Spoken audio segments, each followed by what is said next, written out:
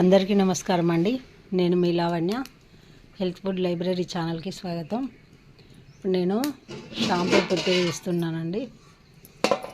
Night కుంకుడుకాయ, సీకాకాయ, మెంతులు అన్నీ నానబెట్టి పెట్టుకున్నాను. ఇప్పుడు ఇందులో 4 లీటర్ల వాటర్లో పోసి అన్నీ 100 గ్రామ్స్ దీన్ని లీటర్ వాటర్ వచ్చే వరకు మంచిగా ఉడికించుకోవాలండి. చూసారా, నేను కట్టెల పొయ్యి మీదనే పెట్టుకుంటాను, ఎందుకంటే నాకు ఇవి అవైలబుల్ ఉంటాయి కాబట్టి దీని మీద చేస్తా. గ్యాస్ ఉంటే గ్యాస్ అనుకూలంగా ఉంటే అదే చేసుకోవచ్చు. చూసారా, పక్కకు నీళ్ళ గిన్నె పెట్టిన ఈ షాంపూ తయారయ్యే వరకు నీళ్ళు మంచిగా వేడైతాయి, స్నానం చేయొచ్చు అని. తర్వాత ఇది బాగా ఉడికేసరికి కనీసం ఒక 2 hours అన్న పడుతుందండి. చక్కగా మంట పెట్టుకుంటే నెమ్మదిగా ఉడికించాలి. తర్వాత ప్రాసెస్ మరో వీడియోలో చూపిస్తాను. ఉంటానండి.